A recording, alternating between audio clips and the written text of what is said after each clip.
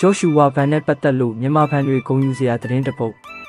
ဂျော့ရှူဝါဘန်ဟာတနေ့ကဖိုတိုရှူတင်တစ်ခုမှာကင်မရာပေါင်းများစွာနဲ့ဘန်ရဲ့မျက်နှာကိုရှူတောင်ပေါင်းစုံကနေရိုက်ကူးနေတာတွေ့ခဲ့ရပါတယ်ဒီလိုတွေ့မြင်ရတော့စိတ်ဝင်စားလို့လိုက်ကြည့်တော့မြန်မာပရိသတ်တွေအတွက်ဂုဏ်ယူစရာသတင်းတစ်ခုကိုရခဲ့ပါတယ်အကြောင်းကတော့ကဘာကျော် EA Support ကထုတ်လုပ်တဲ့ USC Game မှာပါဝင်ခွင့်ကိုရရှိခဲ့ပါတယ်ဒီလိုရရှိခဲ့တာကလည်းဘန်ဘက်ကနေတောင်းဆိုလို့ထည့်သွင်းပေးခဲ့တာမဟုတ်ပဲဆိုပါ Game Company ဘက်ကလိုလားလားနဲ့ကိုကန့်လန့်ခဲ့တာပါဒီလိုပါဝင်ခွင့်ရဖို့ဆိုတာလွယ်လွယ်နဲ့ရတာမဟုတ်ပါဘူး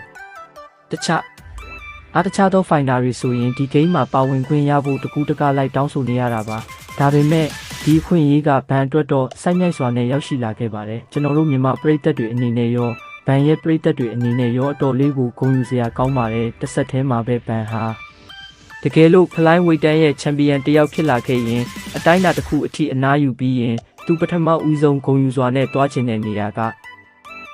မြန်မာနိုင်ငံကိုသွားချင်ပါတယ်ဆိုတဲ့အကြောင်းကိုလဲအင်တာဗျူးတစ်ခုမှာပြောသွားခဲ့ပါတယ်မြန်မာနိုင်ငံဟာဘလောက်လောက်ပါအကြောင်းဘလောက်တာယာအကြောင်းကိုပါထည့်ပြောသွားခဲ့ပါတယ်ဗျပြီးတော့အင်တာဗျူးတစ်ခုကမေးတယ်ဗျဗန်မင်းခြုံထားတာပါအလံလဲဘယ်နိုင်ငံလံလဲဘယ်နိုင်ငံကိုကိုစားပြုတာလဲလို့မေးလာခဲ့ရမှာလဲဗန်ဟာအခုလိုပဲပြောသွားခဲ့ပါတယ်ဗျ